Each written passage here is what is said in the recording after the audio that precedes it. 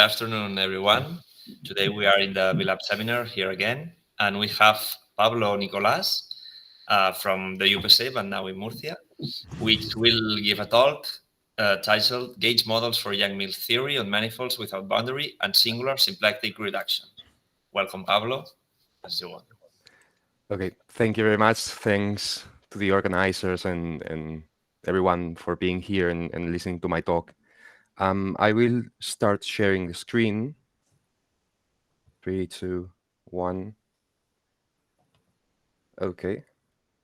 So, in today's talk, I will do the outline in a minute, but at the moment, I would like to thank, of course, the help of Eva and Pau, which have been great collaborators and great colleagues, and they have supported me during the development of my thesis and provided very valuable discussions. So thank you very much, guys. And also Angela and Rocío, these are some friends of mine. They were the first ones that knew about me writing an article about Young-Mills theories, and they were very supportive, listened to what I had to say, even though they did not understand anything because they are respectively a teacher and a psychologist. But anyway, thanks to them as well for supporting me many years and many more to come. So the outline for today. As I do not know if people in the B-Lab are really familiar with Young-Mills theories, I will briefly outline what Young-Mills theories are and put them in the context of another physical theories like basically Newtonian motion, Newtonian mechanics, or relativistic mechanics. We will see that they are essentially the same. After that, we will jump to the B case and start developing principal and vector bundles, the theory of principal and vector bundles in b-manifolds, which is the tools that we need to formulate Young-Mills theories. And then we can jump properly to what the minimal coupling procedure is, once we have stated all of these results. And we will study two versions, basically. One is due to Weinstein, and it is a construction of a universal phase space for particles which interact with the Young-Mills field. And we will see a procedure by Montgomery which extends this symplectic phase space and embeds it as the symplectic leaf of a universal Poisson space. And to conclude, as a final example, we will see B-Lie groups, these B-Lie groups and the theory of Young-Mills fields for B-Lie groups appear in a recent paper by Bradel, Kissenhofer, and Miranda. We will see that basically the results obtained there are corollaries or direct corollaries from the work that has been done here. So first, a visit to Young-Mills theories.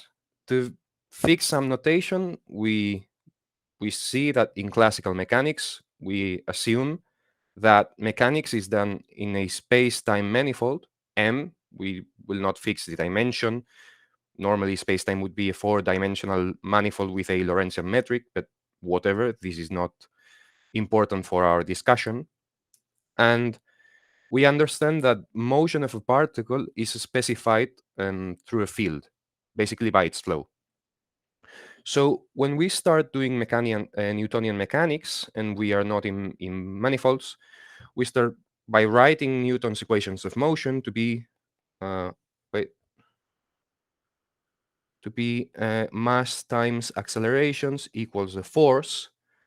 But we will see that the forces that we will use will be actually Young-Mills field. So at the moment, to illustrate the philosophy of this construction, let me just write this. Mass times acceleration equals 0. In classical spaces, Euclidean spaces, solutions are straight lines, and in more general manifolds, the solutions are actually geodesics. To write the equations of motion for a general manifold, we have to use the idea of connection. A connection is a device that allows us, as the name says, to connect tangent spaces. This is the very basic notion of affine connection. We will see then afterwards what an Ehresmann connection is, which is more general than affine connections. But the equations of motion are stated in terms of a connection, are the parallel transport equations for a connection. And let me just write a picture of what would be the basic setting, even though this will not be the right dimension, but anyways, I hope you can all agree. This would be the manifold, and tangent space is to some point. And then a connection would be a way to say, well, if you move in this direction, this point is preserved, is transported in a parallel way. So now, from this point of view, the very basic notion that we have to consider is that of transformation of a frame, for instance. And this has to do with inertial frames of reference and all of this stuff with classical mechanics. So Newton's first law tells us that there exists a frame of reference in which the equations of motion are these ones here. Wait, I jumped, I don't know why.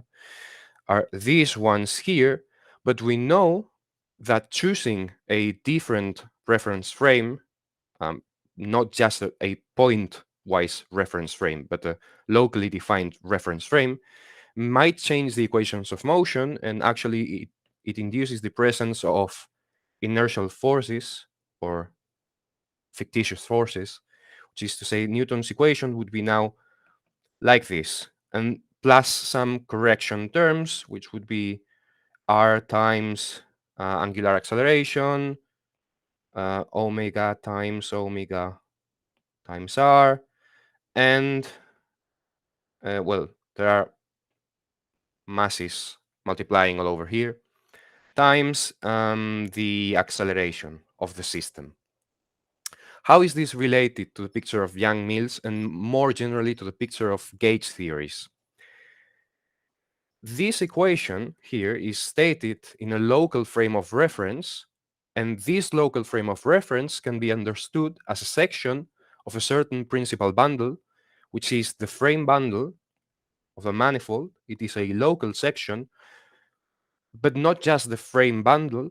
This is important. We will see that interesting Young-Mills theories are not just stated on the frame bundle, but also some sub-bundles. In this case, we are choosing sections of the orthonormal bundle. We want to choose orthonormal frames of reference. So what we are saying is that by choosing different sections of the orthonormal frame bundle, the equations of motion of Newton are transformed following this rule here.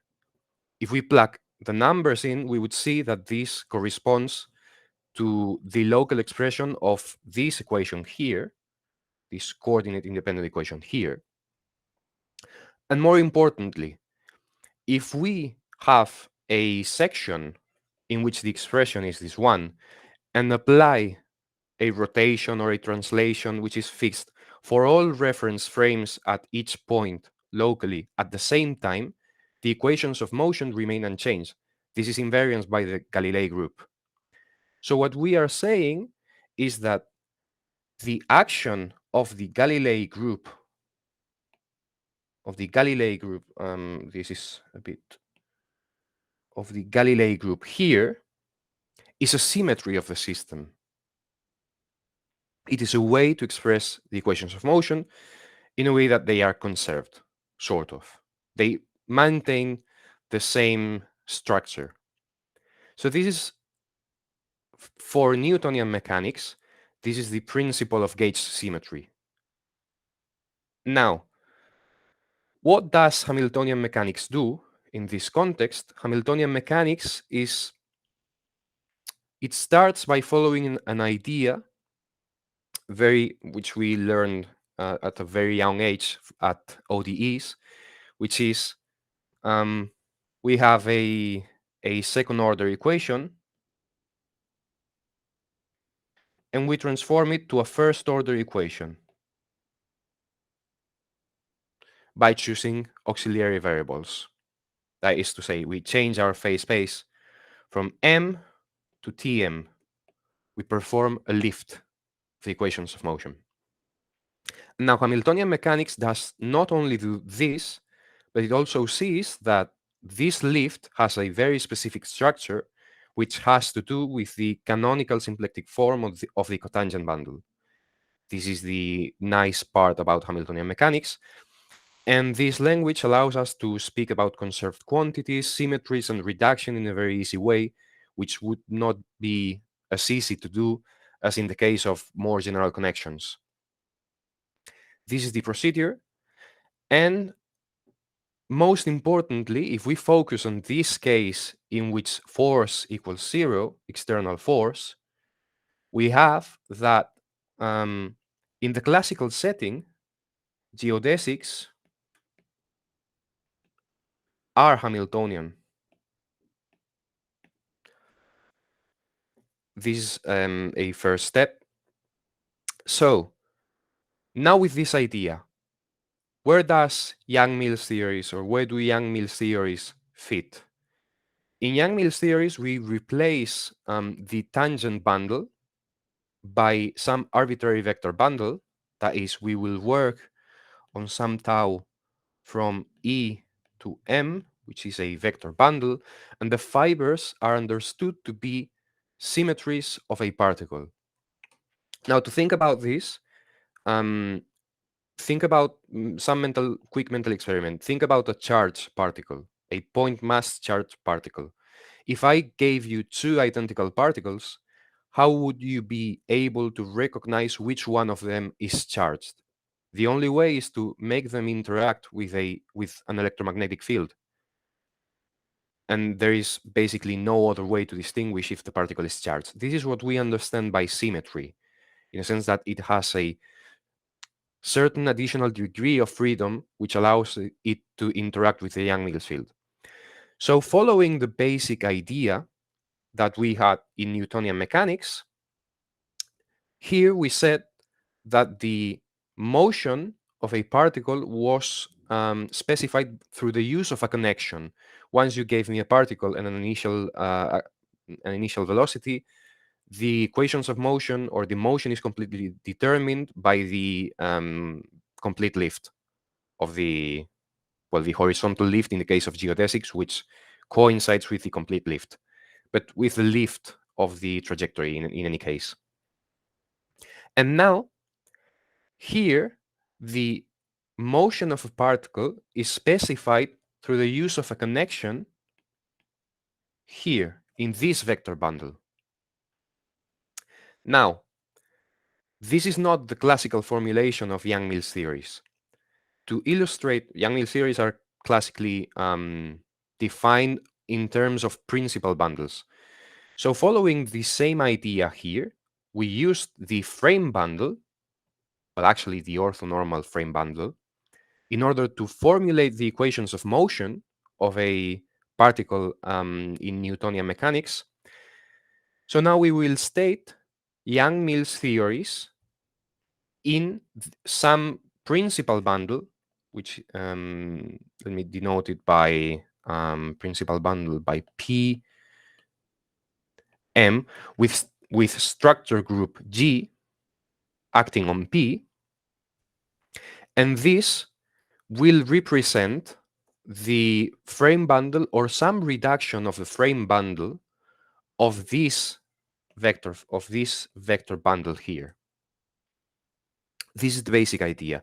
And the group G is understood to be a symmetry in the same way that the Galilei group was understood to be a symmetry for the orthonormal bundle, because once you have section, the action of this group maintains the shape of the equations of motion. This is the basic idea. So this is the idea of Yang-Mills. For example, in classical electromagnetism, we have for example, electromagnetism. Electromagnetism is a Yang-Mills theory which admits a U1 symmetry group. It is a U1 principal bundle. theory. And in this case, U1, you can think about U1 as S or S1 as the sphere. And this symmetry is understood to be the phase symmetry in an electromagnetic field. It's a phase symmetry. And in this case, we will consider the associated bundle to be tau from the it well, it doesn't have to be g times c, g times m, but in any case, a vector phase with fiber g. And in this case, g is as it is a Lie algebra, it is and one-dimensional, is isomorphic to R. This is understood to be electric charge. Basically, this is the idea. So our objectives of this talk: we formulate a theory of fiber vector and principal bundles for over b-manifolds. The basic idea is try to extend this notion of Yang-Mills theories and gauge theories to b-manifolds, to singular manifolds which have boundaries or could have boundaries. And then to formulate the notion of Yang-Mills fields accordingly, we have to define B-principal connection, associated bundle in the B sense, and some splitting properties. We will see that this is all very easy once we have some categorical ideas. And finally, we extend the formalism of Weinstein and Montgomery to B-manifolds. This is something I have already stated. But these formalisms have also a very nice interpretation in the classical sense, because the formalism of Weinstein tells you that whenever you have a principal bundle, P over M, and you with structure group G all the time, this is fixed notation. It will be like this through all the talk. And you have a Hamiltonian space Q, which is G Hamiltonian, then you can construct a universal phase space, which is the associated bundle. This is a very well-known construction in differential geometry, which is to say you have a principal bundle, which has typical fiber G, and you want to swap the fiber G by another fiber, whichever you want, to construct a fiber bundle, which admits a group action of G. The procedure in differential geometry is the same, and the choice of a connection, it's what allows him to induce a symplectic structure. More importantly, the equations of motion of parallel transport, which are the ones that we have extracted from Newton, transform to Hamiltonian equations in this reduced phase space. So even in the realm of classical differential geometry, this is a very nice result because it tells you that there exists a love story between geodesics, not just geodesics in the standard way that we all think about, but geodesics in any fiber bundle are in a love relationship, and this heart is a bit whatever, love. Geodesics are in love with Hamiltonian mechanics. This is very good. I mean, this is surprising, right? Or not surprising, but nice. It is beautiful, I would say. We start with principal and vector bundles. Very, very, very, very brief statement of the art on b-manifolds, because you all know what b-manifolds are and use it in everyday research. B-manifold is a pair, MZ, with M a smooth manifold and Z a hypersurface.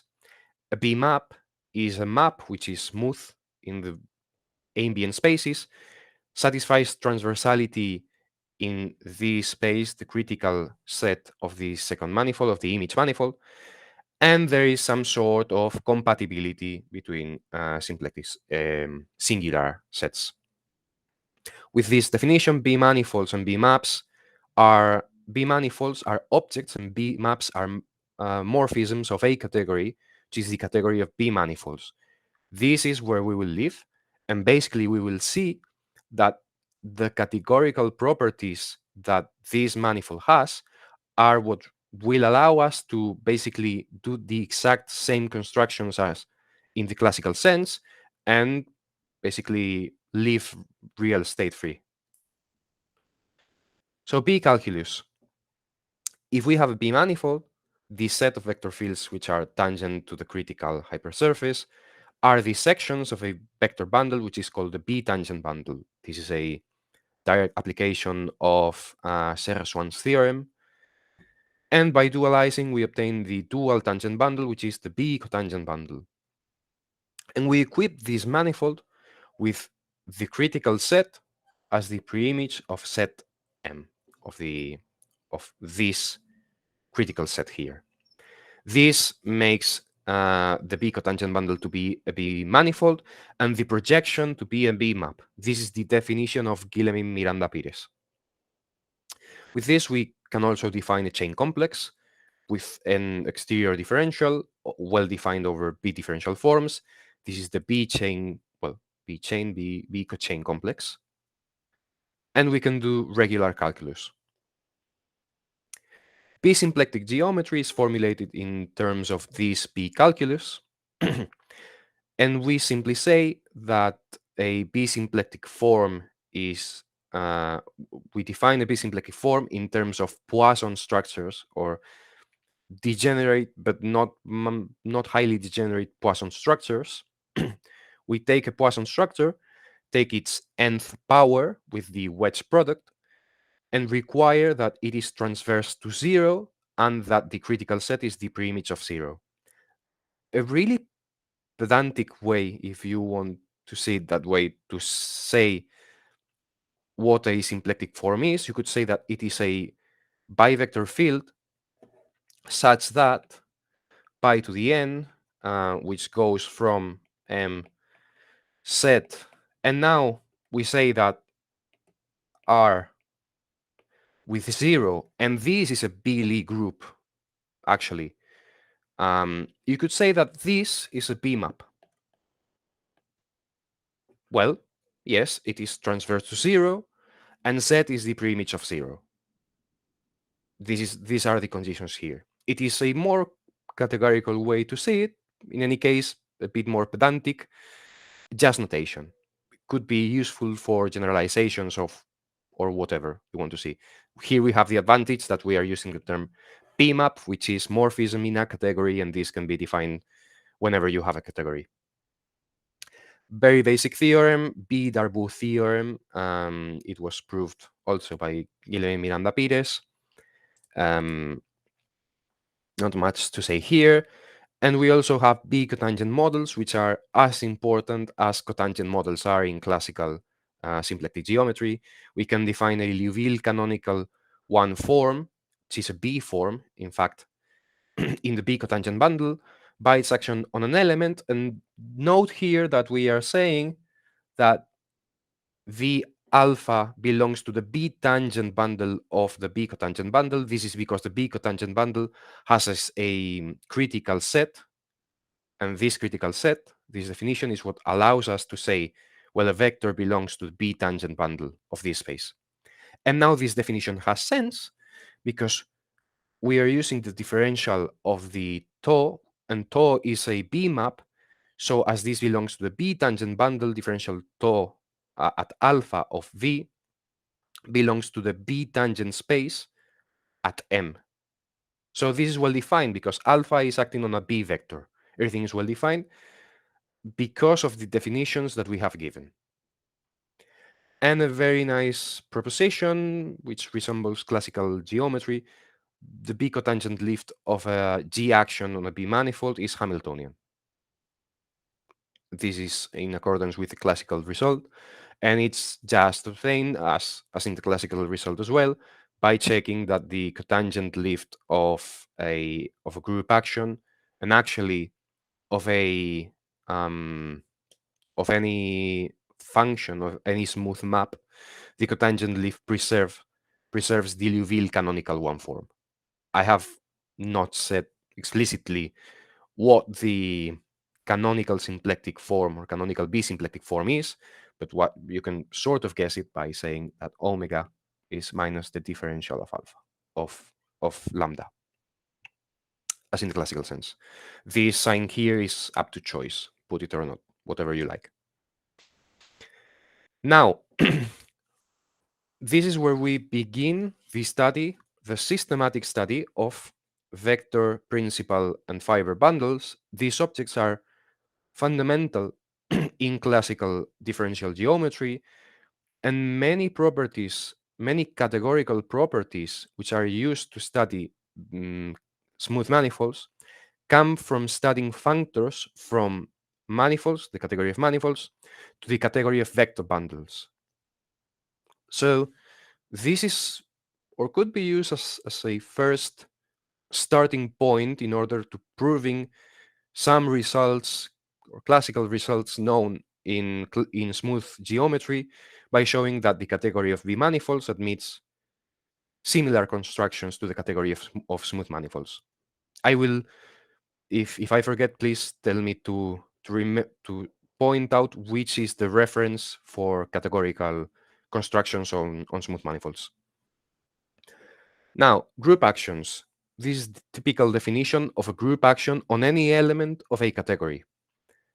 If we have a b-manifold and Lie group, an action of G on M is a b-map. We require b-map, and now this space is a b-manifold because we are taking the product of M, which is a b-manifold, times G, which is smooth, so this is a b-manifold, and sending it to M, which is a b-manifold. Therefore, this, speaking of b-maps, makes sense in here. And we require the basic properties of G acting on any space.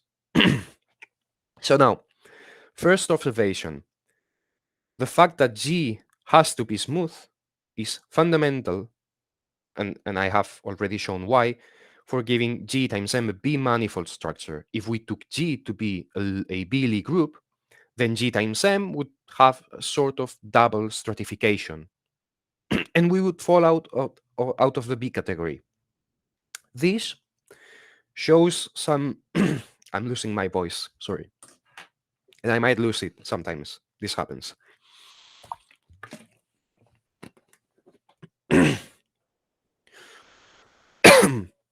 So this shows a categorical problem, to say it that way, because we are very restricted in the way that we take products and in which groups may act on b-manifolds. They have to be smooth in order to maintain the properties or the nice categorical properties. So this already sort of points out that b-manifolds might be, or the category of b-manifolds might be a bit too restrictive. But in any case, we can make b-manifold Lie groups act on b-manifolds. This is well defined. And moreover, the definition implies that the typical group morphism, G also acts on M as a smooth manifold, factors to a group manifold, to a group morphism of G on the B diffeomorphisms, which are B maps which preserve the singular set. A bit more on categories. This, the typical categorical definition of a group action, can be defined in terms of maps. And now we start with fiber bundles. A B fiber bundle is, as you would expect from the classical literature, a B manifold with a B submersion, and this makes sense because B maps are also smooth maps. So you can speak of submersions. With a B submersion, such that the preimage of a point is exactly the fiber F. And we also have a local trialization property, which is the one below. I'm kind of dying right now. Pablo, if you want to make a break or something, Sorry, my voice. When I speak too much, my voice sort of crashes. Yeah. And cracks. Because of this, if you want to take some minutes, or even if you want to, I mean, we don't want you to die here. I will try to continue and speak a bit softer. And if it persists, I will just take a small break and drink some water. Okay. Thank you very much. No, no, no, not really. This is something which happens, at least to me, it happens commonly. I mean, when I was no, not really, not also. No, this is typical. I mean, when I had to lecture some students, and I was a thesis mentor, I had to give a seminar on Fourier series for 2 hours, and last 10 minutes I was dying completely. This is just me being me. Um, so vector bundles. Once we have 5 bundles, we can define vector bundles as a B fiber bundle with typical fiber, a vector space, a real vector space. And now, B tangent bundle and B cotangent bundle are automatically B vector bundles. So this definition already generalizes Guillemin, Miranda, and Pires. And moreover, because, and this is common, I will repeat with principal bundles, but because this element here is a submersion and also a B map, transversality is guaranteed. And actually, the critical set of E has to be this one. So naturally, by speaking about B maps, we are already generalizing Guillemin, Miranda, and Pires. This is the only categorical definition which makes sense. And now, B vector bundles with B vector bundle with vector bundle morphisms, the smooth type and everything will be respected as well, are the form a category, which is the category of B vector bundles. Key remark, and I will come back here in a couple minutes. It is an abelian category. Very important to remember. In case nobody remembers what an abelian category is, I have some notes on categories here. Pre-additive categories, the sets of of the category have to be abelian groups, and there has to be a zero object.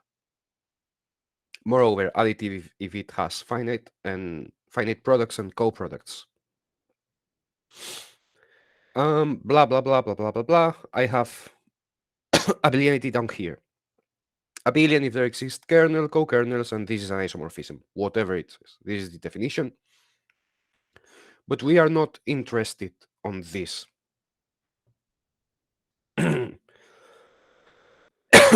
The tangent lift of a map, smooth one, of a smooth map, and you can check that if it is a B map, then the tangent lift is also a B map in the sense of vector bundles, is a functor which is called the B tangent functor, or we will call it the B tangent functor. And by dualization, we may define a contravariant functor to the B vector bundles, which is the B cotangent functor.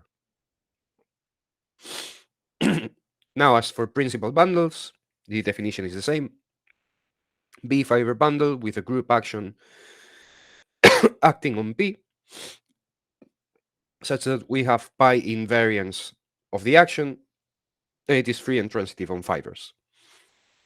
This is to ensure that the fibers are locally, the fibers are actually diffeomorphic to G.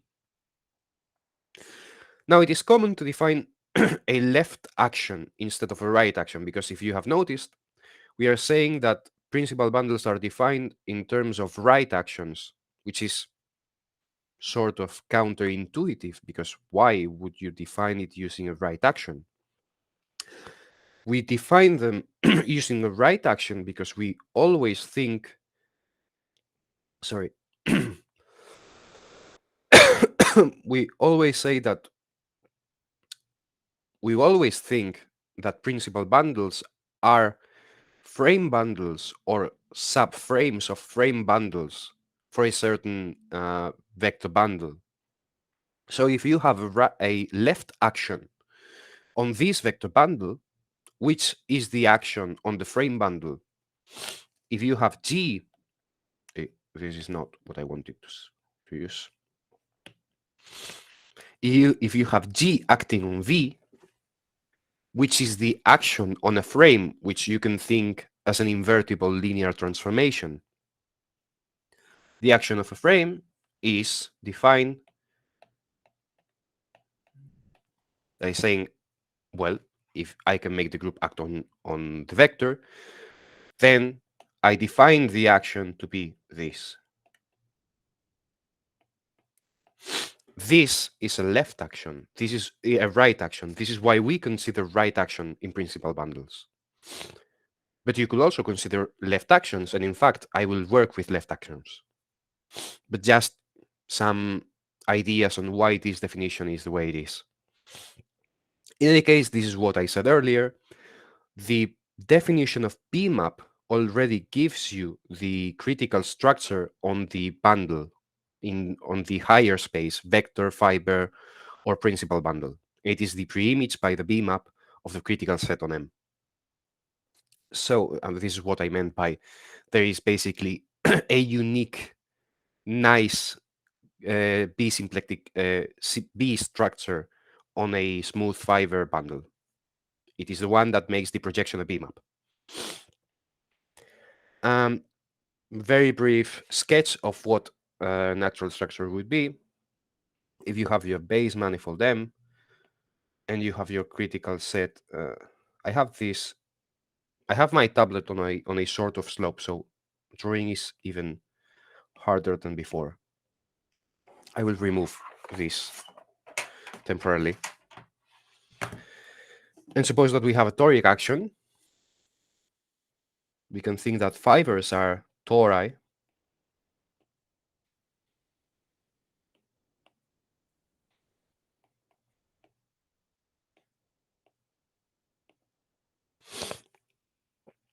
The critical structure is actually all the tori which lie above the critical set.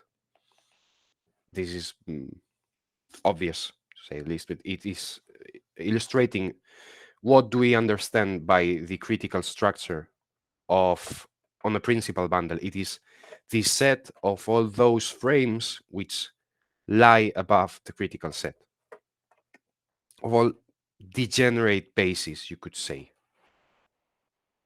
sort of, at least. So constructing associated and frame bundles, this is nothing new, and this is well known from classical differential geometry. Any vector bundles, well, any vector bundle gives rise to a principal bundle, which is the frame bundle. This is the tool we've been exploiting. And the construction works well in the B case because we only use the cochain condition of a bundle in order to define the frame bundle. And the cochain condition respects the critical hypersurface. It respects the the induced structure and all of this. And in the same way, given a B principal bundle, and this is a way using group actions. The general way is to say what I have said earlier, the cochain condition is respected. You can do the same computation because you can define a new fiber with a new cochain condition, which is inherited from the one you had before. But if you have a group action and a representation of the group on the general linear group of the of a what will be your fiber, your typical fiber, which is a vector space, you can define the action of a group on this space in this way.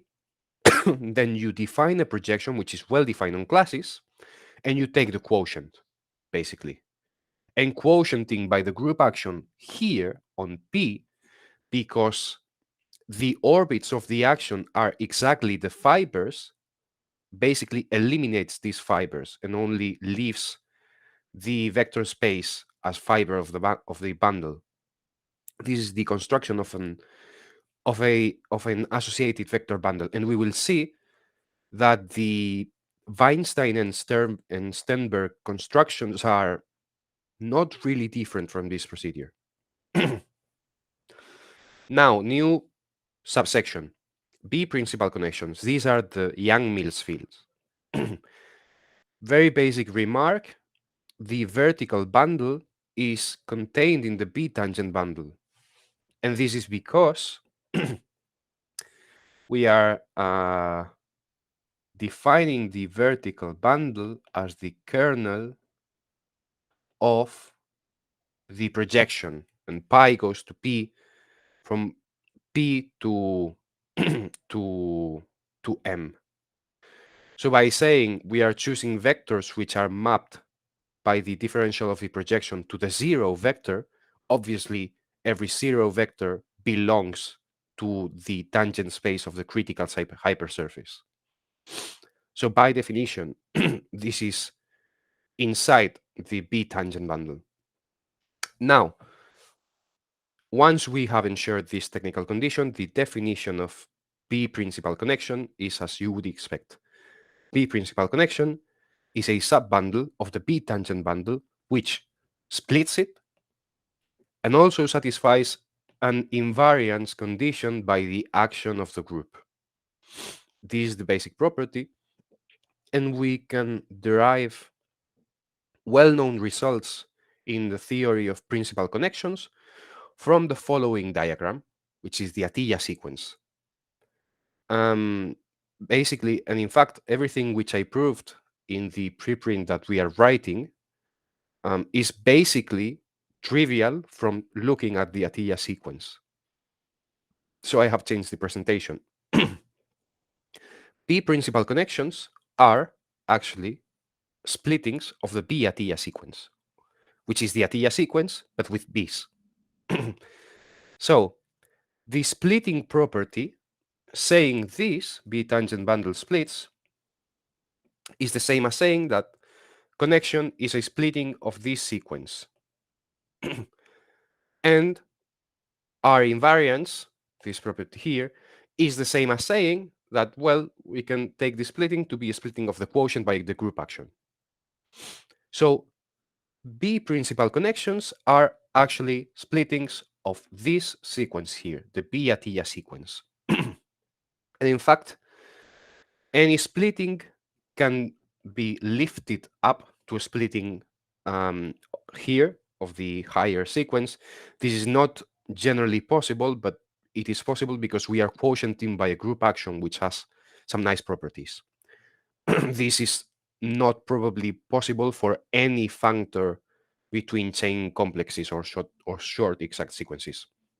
So basically, remember that I said that the B vector bundle with vector morphisms is an abelian category? Abelian categories satisfy splitting lemma. And the splitting lemma is basically all the information we want to use for this. Because from the splitting lemma, we have a retraction, and let me change color. We have a retraction. A retraction means a map from here to here for which composition in this way is the identity. This retraction from the B tangent bundle to P times Z, and very brief remark, P times Z is a trivialization of the vertical bundle by right invariant vector fields. It is by the fundamental action of the group on the principal bundle, and given that we are working with right action, is the same as saying that we are trivializing the vertical bundle by left invariant vector fields, which are in correspondence with the Lie algebra. So we have this retraction, and in fact it is linear, and this is called the connection form, classical connection form in the theory of principal bundles. Moreover, we have a splitting obtained from the splitting lemma. If you look at the dual Atiyah sequence, which is the same sequence but dualizing spaces and dualizing arrows, you have a splitting of the B cotangent bundle. This will be useful in the procedure by Montgomery. Now, final tool, pullback diagrams. In this category, there exist pullback diagrams, and this is a very easy proof once you use the fact that in the smooth category, there exist pullback diagrams. Once you use this, you can prove this yourself. And the nice thing is that horizontal bundles are actually pullback diagrams, are a realization of a certain pullback diagram, because we know that pullback spaces are unique up to isomorphism. So horizontal bundles are pullbacks of the action. And this is a technical condition, but whatever. They are pullbacks. We will use this fact. Now on to Weinstein's universal space. We are now in the realm of b-symplectic geometry. We have left off b-differential geometry, and now we are focused on the symplectic structure. And basically on showing that the equations of motion given by a b-principal connection are actually Hamiltonian or b-Hamiltonian. One question, Pablo. Yes. I didn't want to interrupt. No, fine. I didn't hear this, but maybe you said it. Like in the case in which it's twisted, Mm-hmm. will you comment it today or you leave it out of the talk? I will leave it out because I have not done the proofs in or developed the theory in. I have not done it enough to say some, well, to be able to speak about the results in the twisted case. I mean, Okay, this is something that maybe we can have a meeting with Pau one day okay, this is after fine. your exam. When is your exam? The 12th exam? Saturday at 9, 9:30, in the night. 5 past 9 in the morning or in the afternoon? 9:30 in the Morning. night. Night. Nighttime. Okay, we will not do the meeting after that 12. We will do it next week. Okay. Yes, Sunday. I wanted to take Sunday for a break, and then Monday come back with everything. Okay, yeah. Or to go to the church or whatever. Yeah, I don't do that stuff. Whatever. Okay, good. No, well, I mean, I just say this because indeed once because it comes in the with the same music. Though I agree with you, for instance, that the thing of big connections is totally different. Yes, I mean the idea, once you look at all of these through the lenses of categories, would be to define in a good way what are, or in which setting you can define b-twisted cotangent bundles, which is the one we already discussed, Yeah. over bundles which admit a codimension one foliation given by some one form. Yeah, but in practice we will do the Yes, Lie group in case. Let's say, in yeah, I practice we agree will with we will do the S1 case. Yes. yeah. Or If the you wanted to do the same theory, you would define another category in which all the constructions were already good or proven, and you had b whatever functors, cotangent functors, and the music is the same. You well, dualize. for the S1 case, it's even simpler because at the end of the day, it's a product type construction in which you just need to worry about the twisted, let's say the twisted Mm. bicotangent bundle of S1, and then the rest is symplectic, so you don't need to extend the connections. Yes, no, I do agree. I mean, in Okay. the S1 case, this is a very particular and simple case. Okay. Well, In a in any sense. case, for that, it's obvious that the most interesting thing is that the reduction kills the singularity. And this builds up on this reduction that we did with Anastasia, but they're still not on the archive. So Mhm. this gives you a good excuse to say, no, I cannot talk about this because your paper with Anastasia is still not on archive. But I will use this construction. And I will not speak about the reduction by Marrero. I will speak about the reduction by Matpiva and Miranda. Exactly. That's the point. Okay. So for that, it's good maybe that Anastasia is connected. So yeah. I mean, well, there is enough material to talk for this. So yeah, I will not stop you from talking. Sorry. Okay, Okay, thank you. good. Great. We are on the same page then. Fine, thank you. So we enter the symplectic realm, and now we'll speak about geodesics and about Hamiltonian mechanics. So I already said that B principal connections are splitting, and I'm dying once again.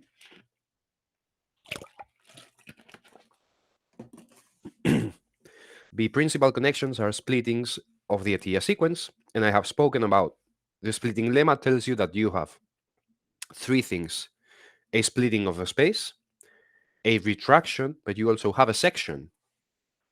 Here we can define a section This is given by the splitting lemma, and this is called the horizontal lift, given by a connection. So if you have this horizontal lift and you dualize it, and you go to the dual Atiyah sequence, you define a retraction in the dual Atiyah sequence, which I will call beta. This is, once again, you only have this if you have a connection, and in fact, it is equivalent by the splitting lemma, giving this and giving a connection. And this is the first piece that we will use in the construction of the Weinstein space. The second one is to see that if you have a B principal bundle and you should also remember this G Hamiltonian space because we are in the process of constructing an associated bundle with a certain moment map, then the B tangent bundle of the principal bundle times Q is a B manifold with moment map, this one, which is basically saying if you remove Q from the equation, what I am saying is that if you have a B principal bundle, the B cotangent bundle is a G Hamiltonian space, and this is the moment map. Once you take the product with a G Hamiltonian space, moment maps are added. But the core of this lemma is saying that the B cotangent bundle is a B manifold with this moment map, and this minus rho is actually the connection form. It takes the vertical part of a vector field or the inverse. It has to be a map from this space to the Lie algebra. No, it is that way. It is the connection form. It takes the vertical part. And now, this is the very big theorem by Weinstein. It is, if Yeah, but you it's take... more, I mean, going back to your lemma, it's more than just a b-manifold, right?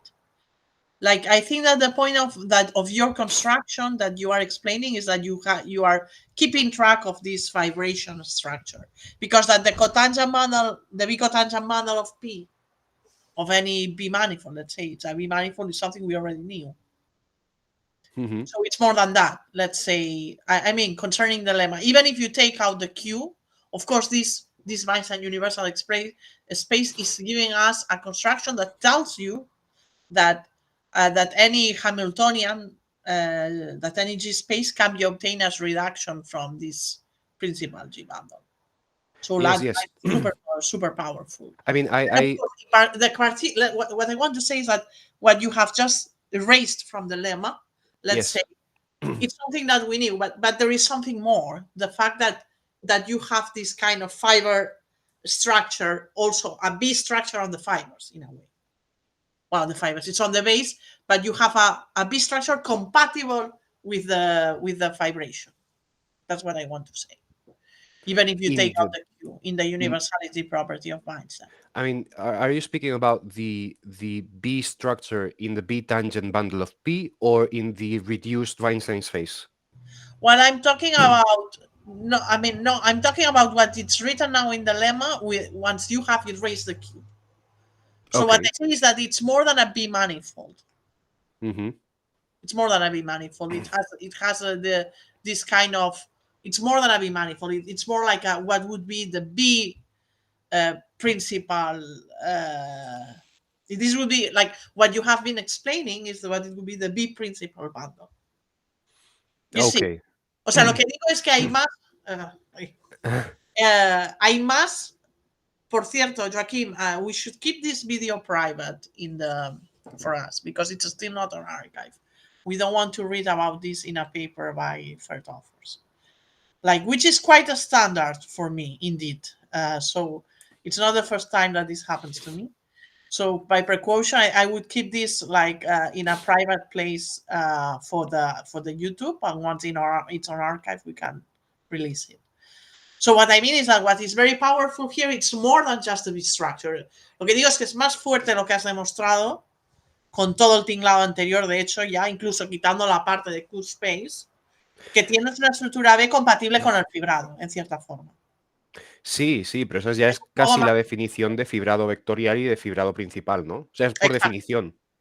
la B estructural ad hoc ya que sea compatible. Exacto.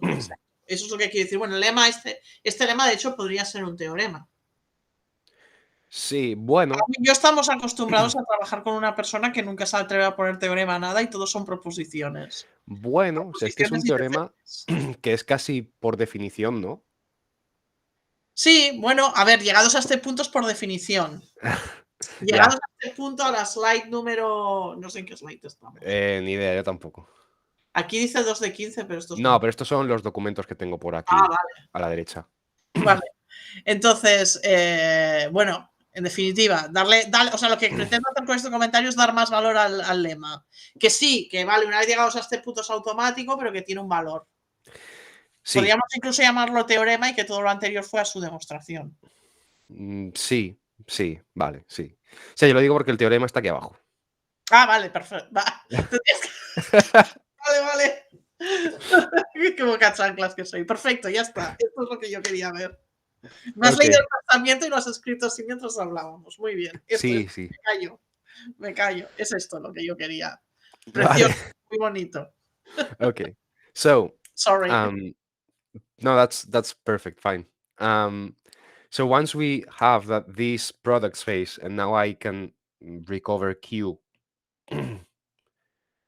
Once that we have that this product space is a b-manifold with a certain moment map, there is a very nice theorem, which is not yet at the archive, by Matviva and Miranda, which tells you how do you reduce a b-symplectic or Hamiltonian manifold by group action. Well, wait. There are two things here. I have to say, with let's say with where is my hand? With my hand on my heart, that indeed we can get in this particular case in which we are not doing the twisted one, this reduction that we are talking about, it's nothing but the Lie algebraic reduction of Marrero, and then probably it was done before Marrero, but okay, let's cite Marrero and Zambon indeed. Okay, Zambon observed that the B case is just a particular case of what they had done. Because in this case, the action is really Hamiltonian, not b-Hamiltonian, let's say. Yes, indeed. When I say this, that is a function. Like, for instance, the logarithm is something that we cannot consider a moment map in which the logarithm is a component, okay? And then we could indeed apply directly the result. What is new is what happens when you do what is the BM Hamiltonian case, in which you allow to have this logarithm. And this happens in the twisted model. Yes, exactly. I mean, we are using a far more general theorem for this specific case. Well, I mean, yeah, you can use this theorem, but I must say that in the proof that we are doing, we are just highlighting exactly the modular weight is non-vanishing. This corresponds to the case in which we are considering an action which has this S1 transverse action. So we have this logarithm. Because of the modular weight being non-vanishing, this wouldn't apply. This reduction scheme wouldn't apply to the case you are explaining. There are like two cases, right? Okay. You see what I mean? Okay. So if you look at the current version of the paper with Anastasia, you'll realize that we mentioned the other case, and there we apply directly the result of Marrero, which is the Lie algebroid. You can think of it as the algebraic reduction. And I mean, and then Zambon explicitly says that in the V case in one of his papers. So what we are doing, the fact of having this non-vanishing modular weight contradicts the fact that the action is not Hamiltonian but BM Hamiltonian. This means that we allow, not only that we allow, that we impose that one of the components is going to be of logarithmic type. Okay, that Joaquin knows perfectly firsthand, and Cedric too, that this is the most interesting case. For instance, for the Floer homology, we couldn't do nothing without this case. Okay. So, well, just, I mean, I'm just like, it's like I'm trying to be super, precise. No, it is fine because this theorem actually does not apply. But does not apply, but it applies. Let's say what applies is a theorem of that you can cut and paste from the archive. I mean, you have access to the file. Okay. Right? And there we have quoted precisely that result. And okay. called this symplectic. So And this is why Marrero raised his hand and said, "Oh, this is something we did." He was right. Okay. mhm. Indeed, in the Hamiltonian case, we don't need Medveva Miranda. Okay. Okay. Observe how I pronounce Medveva. Medveva Miranda. I have Russian friends. Okay, sorry to interrupt. No, But thank you very much, because it is a really nice observation. In this case, because the B cotangent lift of an action will be contracted with the B's canonical symplectic form, it is defined in such a way that the resulting function will be a infinity function. that's it. And this, Right. wait, it will be a C infinity function of the B cotangent bundle, which is smooth. So in order to reduce this, we use, as Eva has pointed out, a well-known reduction theorem for Lie algebroids. And in any case, the result is that the reduced phase, this reduced phase, which sort of resembles the construction of an associated bundle, and in fact, it will give an associated bundle. This is a result in the next slide, is a b-manifold with a well-defined projection, alpha 0, and alpha 0 is obtained by saying, well, you have beta, which comes from b t star p to b t star m from the dual Atiyah sequence splitting that I have set here.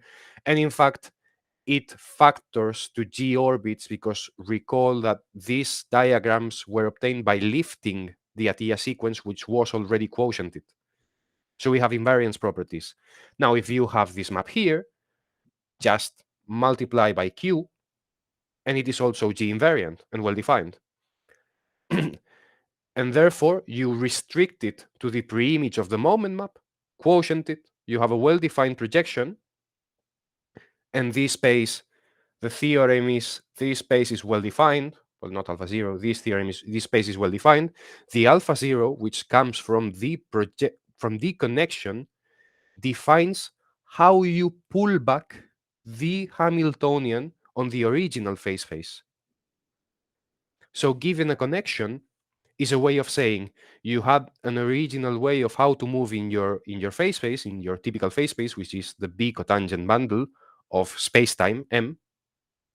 And by giving a connection, I will tell you how you can pull back your Hamiltonian to give the equations of motion in this universal phase space.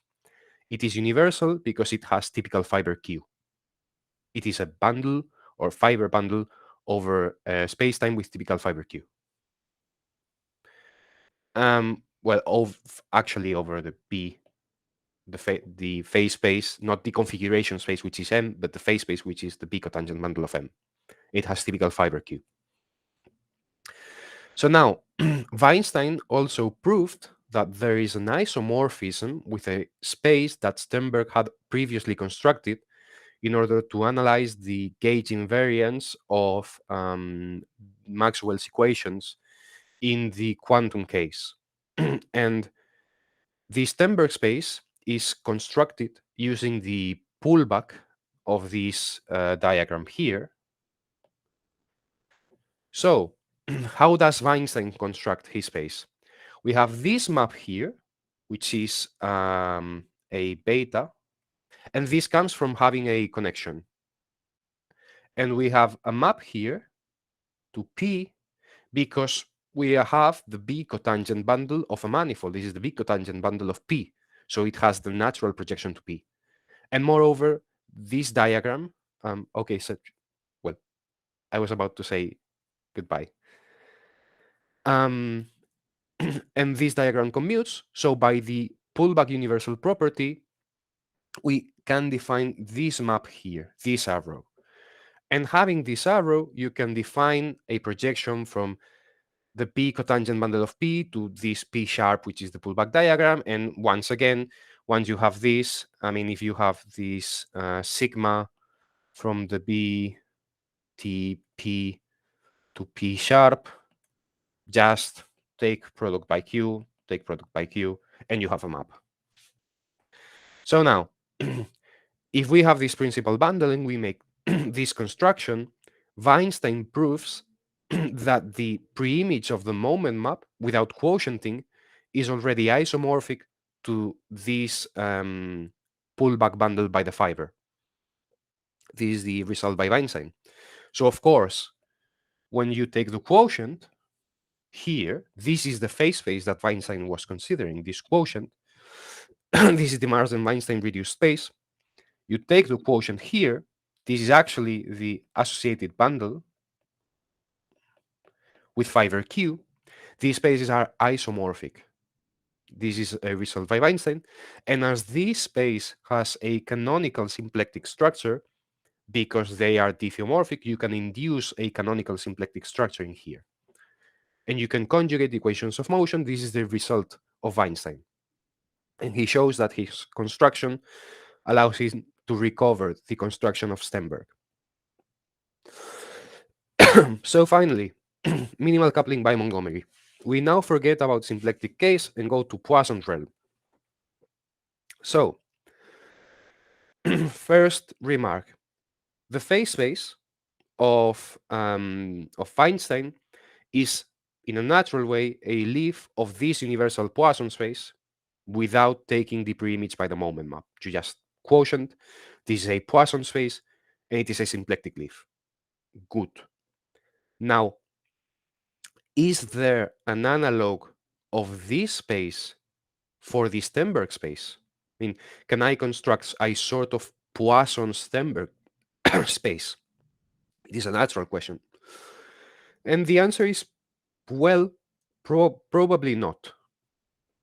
And Montgomery tells you why you might not be able to, but he does not only tell you that, but he tells you that there exists another universal, Poisson space for the phase particles for the phase space of particles under the interaction of a Yang-Mills field, and this is stated in Guillemin and Stenberg, Symplectic Techniques in Physics. Although Weinstein gives universal models, the phase space per se of a particle interacting with a Yang-Mills field is the Marsden-Weinstein reduced space 0. At 0, we are not taking Q. I mean, the original phase space is the natural phase space in a way, is what I wrote up here many slides ago, which is a bundle with just typical fiber, the Lie algebra, and the Lie algebra are understood to be charges. This is the phase space. The Montgomery procedure allows us to answer both questions at the same time. I will drink a bit of water. So we recover the splitting that we had, or the dual splitting that we had from the symplectic, from the connection form, and have an isomorphism here. This is the isomorphism that Stenberg considers, that Montgomery considers. And because these spaces are diffeomorphic, we are interested in the symplectic structure, which is induced in this space. As a proposition, this is just the final symplectic structure without showing how we compute it, although I will give some hints on the computation. And a bit of philosophy, this term here, this one is called a magnetic term because it was introduced by Stenberg to account for the presence of a magnetic field in classical electromagnetism. In symplectic techniques in physics, actually, there is this passage at the end of chapter 1 in which they discuss classical and relativistic electromagnetism, and then they say electric field accounts for a metric in the universe, and this magnetic field gives a change in the symplectic form, in the natural symplectic form of the cotangent bundle. And this also shows a way of thinking, which I will stress in the next slide, which is you can either use the connection to have a pullback from your original Hamiltonian into a universal phase space, or you can either leave the Hamiltonian unchanged, use a projection which does not depend on the on the connection, but rather use the connection to change the symplectic form. You can look at the equations of motion by changing the Hamiltonian or by changing the symplectic form. This is what the minimal coupling procedure does. And a word on computation. To compute this result, you just use that the differential commutes with a push forward, and that this form, as this space is a direct sum of two vector bundles, you can split the push forward by doing the pullback with the inclusion of each space.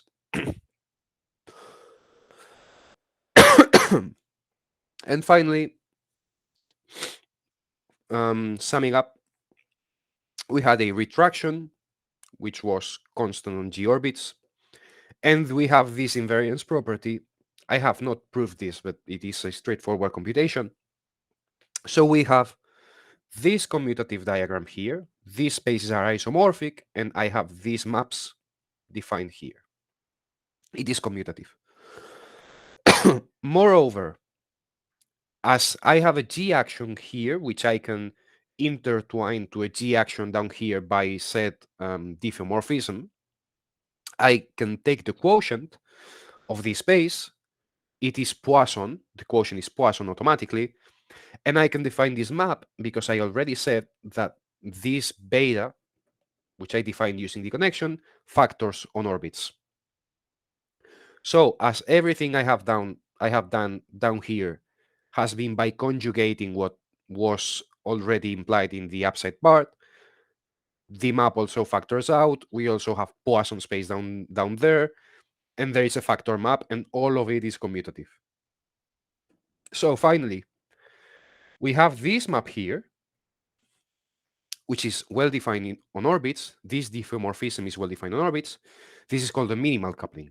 It is an isomorphism between what would be the Weinstein space for the case of a not universal Weinstein space and the Stenberg space, because realize that BHP is a pullback diagram, is a realization of the pullback diagram by a slide I commented half an hour ago.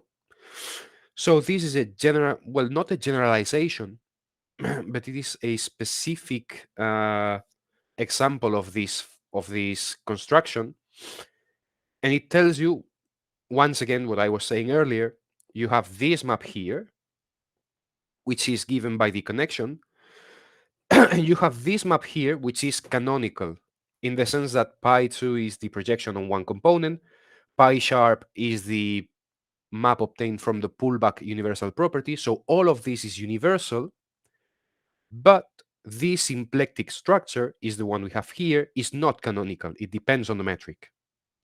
So you can either choose your pullback in a connection-dependent way or choose the symplectic form in a connection-dependent way to express the equations of motion. And answering the question I posed earlier, you can, is there an isomorphism actually? Probably not in general, because what you can do is define this map, this sigma map, B tangent P to P sharp to the pullback bundle, actually. And now what you did with Weinstein procedure was multiply by Q, and you took a preimage or a submanifold which was the preimage of the moment map.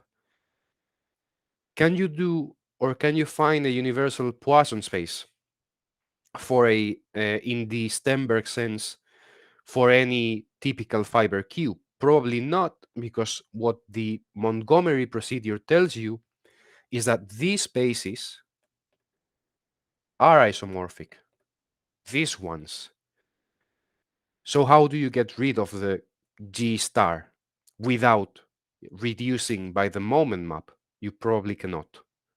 So the best thing you can do is to give a map from the Weinstein universal space to the Stenberg universal space, even though I doubt there is such a construction. In any case, this procedure works because the typical phase space of a particle under interaction with a Yang-Mills field is precisely, or are precisely, these manifolds here, and not the universal phase space. The universal phase space is a nice thought experiment, but is not physically accurate. These spaces are the ones that matter in physics. So final remark, Billy groups. As a definition, a Billy group is a Lie group with a closed subgroup of codimension 1.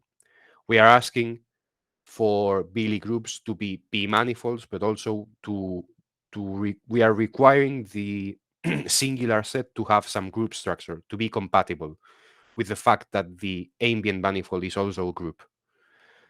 Physically relevant examples are groups which have a notion of time, and time can be thought as the codimension one. So, for instance, Heisenberg group, Galileo group, and Poincaré group are Billy groups. These groups can be used to define natural B-principal H bundles because H is invariant by the left action of H on itself. So the action of H on G is automatically a B map, and we can define the projection in terms of the quotient. And this space has dimension 1. So these are very specific cases of B-principal bundle, and the minimal coupling of these spaces was already studied in Bradel, Kissenhofer, and Miranda, which is an article which was published recently. As a final remark, there are many sort of B-Lie groups or groups which admit B-Lie group structures because nilpotent and solvable Lie groups have codimension 1 ideals, and for Lie algebras, ideals are also subalgebras because we have no unitary element for the multiplication. So by Lie's third theorem, we can find global groups of codimension 1. These groups, nilpotent and solvable, are examples of groups which admit B-Lie group structures. And for this talk, I think this is all I wanted to say. For future work, we have to explore a definition of minimal coupling procedure for twisted cotangent bundles. This is the main objective we are working on right now. And most importantly, we are working on SU1 bundles, SU1, not actually U1 bundles, which are S1 bundles, because there exists a very well studied notion of reduction and twisted model for these bundles. And moreover, these bundles are physically relevant because they model, as I said earlier, electromagnetism on an arbitrary space. In particular, if you take R4 times S1, you would have relativistic or Minkowski electromagnetism, and we could study what does it mean to have a twisted model in relativistic electromagnetism. This is a work. And of course, if you want to play the categorical game, you can start defining these codimension 1 foliations, defined by forms, define appropriate morphisms, construct the theory of vector fiber bundles, blah, blah, blah, and do all this categorical nonsense in order to achieve the same results. At the moment, we will focus on S1 structures. If we relax the condition of submersions, we can induce more singularities in the bundle. This is an interesting observation. We could also extend this work to e-symplectic manifolds, which are manifolds with an arbitrary Lie algebroid. And in fact, we also have a reduction for Lie algebroids. So by showing a couple of very nice categorical properties, the theorem by Weinstein is, easily generalizable to Lie algebroids. The very strong part is to have a reduction procedure, which we already know. It would be interesting to speak about infinite dimensional manifolds because even Montgomery in his thesis already deals with infinite dimensional symplectic manifolds. For instance, the the set of volume-preserving embeddings of a ball in R3, which are used to model a drop of water with superficial tension. And from his procedure, he derives the equations of motion and conserved quantities for a drop of water and recovers very nice properties. So it would be nice to speak about infinite dimensional b-manifolds and b-symplectic geometry, even though it is more complicated, because what does codimension 1 mean in infinite dimensions? We would have to explore this maybe through, once again, the leaves of a function, which are the closest we have to codimension 1. Well, the main problem that we have in infinite dimension is that reduction is very poorly studied. Indeed, I sent an email to Tudor Radio because I thought he had already done this. And well, I mean, in the GAT context, let's say if we are very close to GAT, then there is a way to make sense. Let's say, for instance, the Kirwan reduction for certain moduli spaces, things are well understood.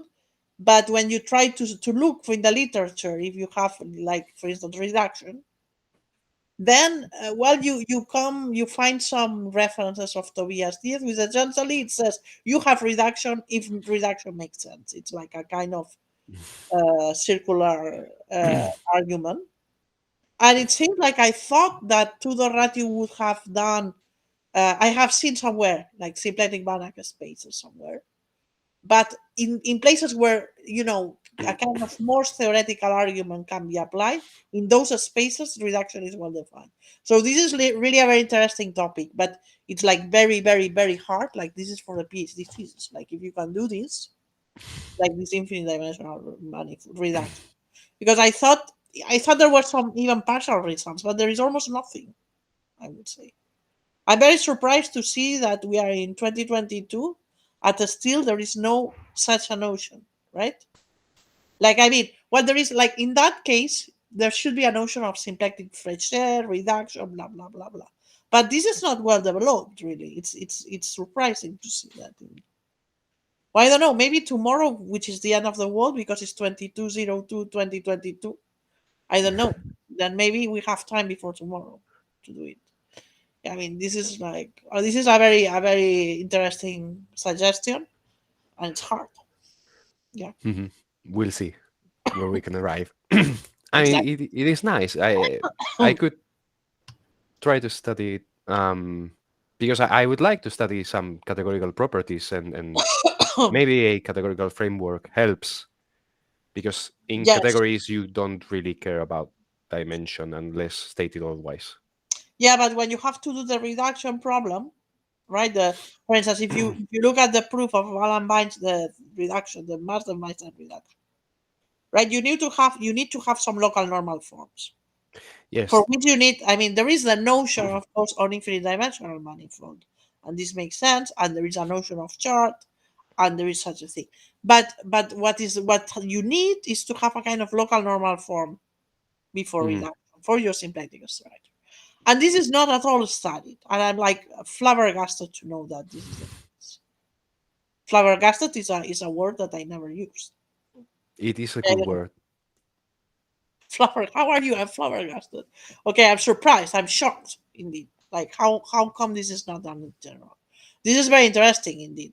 Well, I mean, I asked Tudor because I thought that he should have done it, right? But he didn't reply. I don't know. Maybe he's doing it. He's finishing a book called On Infinite Dimensional Reduction. Symplectic manifolds. Yeah, sorry. I have interrupted you. No, Sorry. it's fine. Thank you. You still have the last point. And the last point is the one we will hopefully be working in the near future, which is to understand integrable and superintegrable systems in the B sense, but well also in the smooth sense, because with this categorical language, I mean, it doesn't really matter if you put a B or not. It is understanding integrable and superintegrable systems as gauge theoretical models, and to identify symmetries, gauge groups, and try to give a characterization in terms of maybe not Young-Mills theories, but gauge theories, and try to apply all of this procedure to to integrable and super integrable manifolds. And in fact, And the motivation comes from these cotangent models that you always have in the standard integrable case, okay? mhm, And then to try to see, like, well, if your system is like has other characteristics or the features such as non-commutative integrable system, can you just pick the signal? I think this is a very promising thing. Indeed, I told this to Kolia, but I don't know. Kolia didn't reply. I'm very worried. yes, Kolia usually doesn't reply to emails. in Uh, fact, he has not uploaded the recommendation letter. yeah, but you should. I think you shouldn't worry about this because Okay. No, and like, he's there, right? So mhm, if yes. they don't see his letter, then Okay. they just go and knock in his door. No, I have also, well, we can speak about this Yes, after once when I it's finish. not recorded. It's fine. So, and a really final remark. The title has Young Mills, but everything we have done so far is not really Young Mills, but gauge theory, Yeah. because Young Mills are equations which determine the connection from matter energy tensors or some sort of currents which generate the Yeah, connection, which is the Young-Mills field. But actually, we it's have already, I mean, we have supposed that there exists a connection. So Young-Mills, I mean, this connection could maybe not arise from a Young-Mills theory. But on the but thing, behind for others. instance, relativity has the Levi-Civita connection, and it is known that relativity is not a Young-Mills theory. So this framework actually is more general. It is gauge theory, actually, what we are Indeed, I doing. changed the title of our paper I have seen it. in Overleaf, and I put Gates, but still Young Mills is there. But I agree with you that it's better. Let's say Gates is bigger than Young Mills. It's the Yes, bigger in fact. box. And then we can have, a chapter on Young Mills and a chapter on relativity, and Mhm. that's it. I don't know. And after that, we just find black holes, and they are B objects. Maybe. Who knows? Who knows? McGehee coordinates for black holes. Magnetic coordinate for black holes. Exactly. Yeah, yeah. Well, this Okay, is very good, Pablo. Indeed, so in this thing that in this thing that you mentioned, like in this suggestion for title, you can send these slides in the okay, preprint. Indeed. fine, fine, okay, Good. good. Sorry, I shall. No, it's fine. I mean, references, brief comments. Bradel, Kissenhofer, Miranda, these are on B Lee groups. Guilherme Miranda Pires, a reference on b-symplectic geometry, the basic reference where it all started. Guilherme and Stenberg, symplectic techniques in physics, many things come from this book. MacLean, Categories for the Working Mathematician. This is a very nice book for learning categories. Montgomery, his thesis on Young Mills, and the fourth chapter, in fact, comes from this thesis. It is a B case adaptation of the thesis. This is the article I was speaking about on Stenberg. This is the first article which introduced the minimal coupling, and it was for electromagnetism, and Weinstein, the universal phase space. And I have forgotten to include, but the book in which differential geometry is developed in a very categorical way is called Natural Operations in Differential Geometry. And I do not know if I have it anywhere. It is a really nice book. And you have I forgotten to add the paper that we are writing that is still not written. In our head, Yes. it's written, but then we need to project from our heads to paper. But well, I mean, there is a draft that, of course, it's not ready, but Yes. you can add it. We still And, don't have the title. I agree that we have to put Gates in the title instead of Young Mills and do mhm. it more general. And in fact, the presentation can be changed a lot because instead of showing the results for B symplectic geometry and B principal connections, by using the Atiyah sequence, everything Yeah, is basically exactly. trivial. I was going to, indeed, I was going to congratulate you. I was waiting for the organizers to say, you have more comments, to congratulate you for this approach of Atiyah sequence. I liked it. I liked it much more than the other, than what we had. I prefer this approach of Atiyah sequence, and then to say to do the B. And then also this makes us more different from what I did in the paper with Mhm. Anna. Yeah, And I totally agree. it I is a a nice way to encode information, because I was basically doing linear algebra fiber-wise, which is basically what the Atiyah sequence tells you, that you are doing linear algebra fiber-wise because you are in an abelian category. So it is actually a very nice generalization. And the three pieces that we use, which are horizontal lifts, splittings, and principal connections, come from the splitting lemma. These are objects which already are given in this case. Yeah, very nice. I liked it a lot. I have Okay. enjoyed a lot listening to this talk. Really. Thank you very much. This has been all. In case anyone has questions, I will be glad to answer them.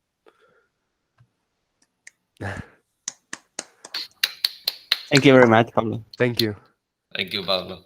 Yeah, now it's the moment for questions. Apart from the questions that already appeared or comments, we can now, Eva or anyone else can add more questions or comments.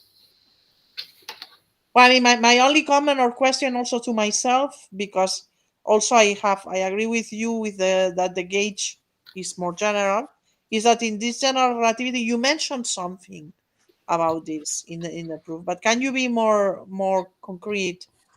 Do you have this in mind in the equations or something else to give us more details about the relativistic point of view? Can you tell us something? No, not actually. I mean, I have the idea of what should happen, and I can speak about because there is an an interesting thing about the Matviva Miranda reduction, which has physical significance, and it is if there is a twisted singularity and the weight, the modular weight is non-vanishing or vanishing. I do not really know because I haven't looked at It's the proof. non-vanishing. It's non-vanishing. If it's, let's say, if the modular weight vanishes, then you are in the Marrero situation. Okay, if it is non-vanishing, then the quotient is smooth, actually. Yeah, that's the And this interesting thing. It's a reduction. and this is In the really singularity. really interesting from the physical point of view, because now think about a relativistic framework, and you have your space-time M, and you have the S1 symmetry, which is a phase symmetry. You have circles here, and you can choose the phase in an invariant way. And now the singularity, in this sense, for illustrative purposes, I will speak about codimension one foliations, but just to illustrate the physical relevance, because physical relevance comes from codimension one foliations. In what a twisted model does is, suppose you have a codimension one foliation, and I will draw one right here very quickly. Suppose you have a codimension one foliation on a manifold. You can define a twisted cotangent bundle in a coordinate invariant way. This is something I have sketched and proved. It is not written. And the physical relevance is that when you have an initial point with a trajectory here and you draw the orbit, the motion in any coordinate is the typical motion of that you would expect in a Hamiltonian setting of a Hamiltonian flow. But in this coordinate here, there is a friction force. So in the coordinate specified by the codimension one foliation, there is friction. So the orbit would do something like this. It would come here, here, here, and eventually stabilize around a leaf of the codimension one foliation. So there is friction. Now you can think about twisted models as having friction. Very basic physical intuition. In the S1 case, we have the codimension one foliation is in these S1 fibers. So we have friction in the face of the field. This is interesting, and we have to think about what this means, because as in this case, now linking with the Matviva Miranda reduction theorem, Matilda Miranda tells us that the Weinstein reduced space has no singularities. So physically, what is happening is, well, we have the singularity in the fiber, not in the base space.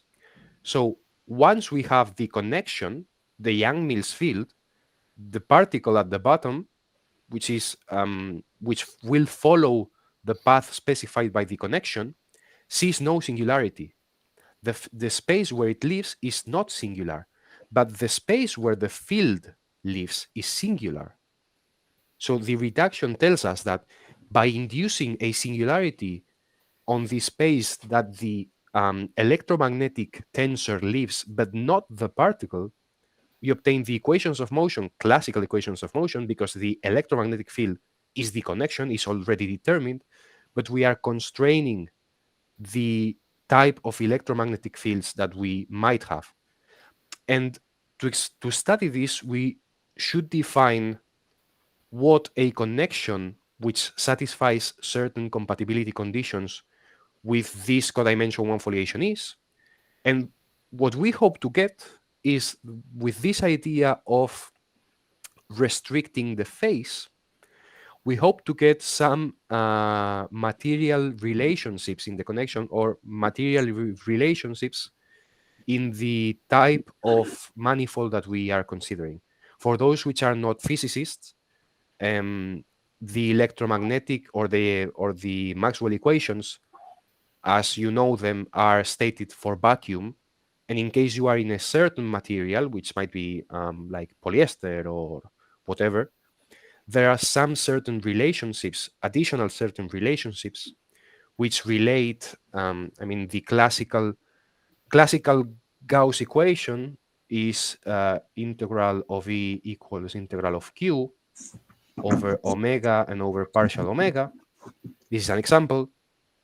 But if you are in a material, then the electric field is no longer the electric field. You have to speak about the electric density. And there is a relationship which says the electric field is related to the electric density by some function. This function here is the material relationship. And we hope to obtain a certain material relationship by imposing this codimension one condition, and then we would have to understand what this material relationship is telling us about the material. This is what we hope to obtain in the singular case. But in any case, we So have you're to. saying that polyester has a B structure. It would be really nice, actually. I mean, it would be better if it's cotton. It's more ecological, right? But no. I mean, this is very nice.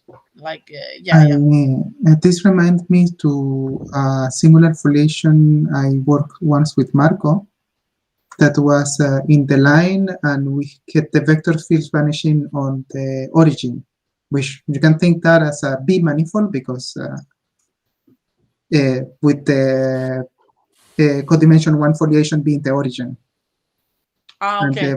And the foliation that we have is the one vanishing on the origin. That will be the sections on the b tangent. But this is an Lie algebroid that you have. These singular foliations have a Lie algebroid corresponding to. Yeah, exactly. And the Lie algebroid will be the b tangent. These will be very interesting examples, Alfonso, to look this e-symplectic. Yeah, but there was also, like, we also define a cylinder going into this one, and a foliation here, which is given by these winding exponential things. And if you do the S1, this is a regular foliation, you do the S1 projection and you get this foliation here, which is singular. Very nice. And it looks like that, exactly like that, because also if you have a vector field here, you can lift it to the cylinder as if it was a connection, as if it was a S1 principal bundle with a connection. And when you lift a path here that is going close to the origin, it starts winding and getting close to the preimage of the origin, exactly as you mentioned here. Very nice. We will check this paper. Thank you.